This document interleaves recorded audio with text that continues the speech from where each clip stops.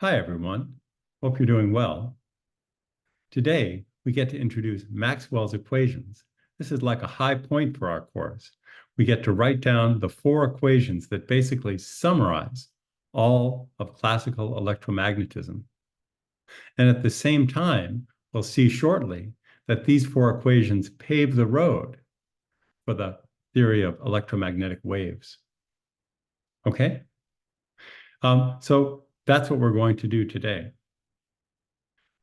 While we're getting started, though, I think I'd like to introduce the hero of the hour, which is James Clerk Maxwell. And then after that, we'll go and look at an outline for our discussion.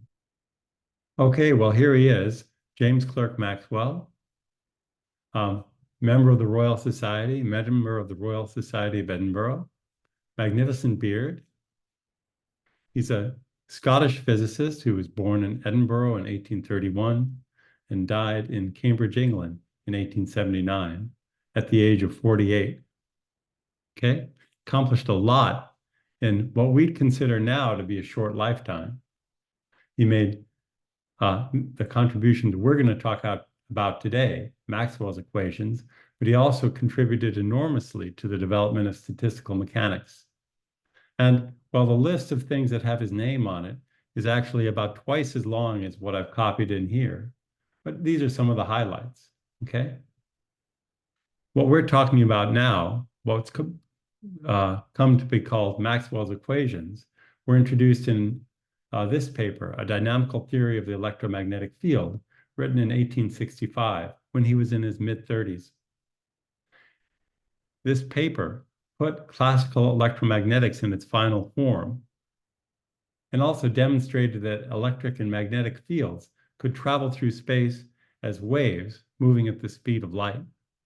So really an amazing contribution, perhaps comparable or second only to that of Isaac Newton. Well, okay, for our course, Maxwell is definitely the hero, okay? All right, well, for today, I'd like to start by just summarizing where we left off last time. We had written down the laws of electromagnetism in the state they were in before Maxwell.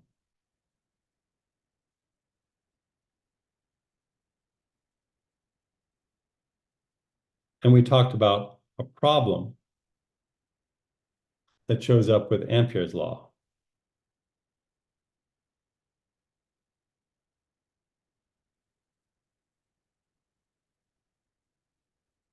Okay? I want to remind us of what's going on here. And then we'll take a look at Maxwell's solution to this problem.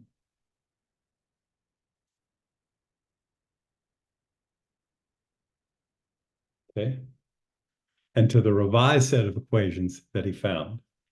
These, of course, are called Maxwell's equations.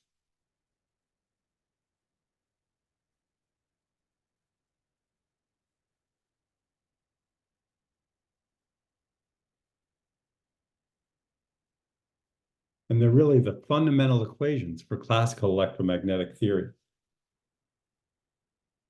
Okay? We'll look at them in the original form, and then we'll consider some special cases.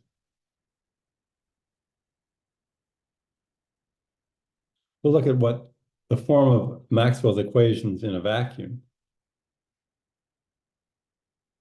when there are no charges present and no currents. And we'll see they have a very simple and suggestive form. And then we'll look at how Maxwell's equations would look in a universe where there was magnetic charge.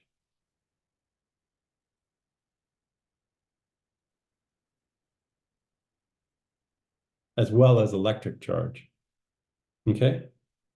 And finally, I'd like to show you that Maxwell's equations allow us to have oscillations in the electric and magnetic field by talking about a type of electromagnetic oscillator.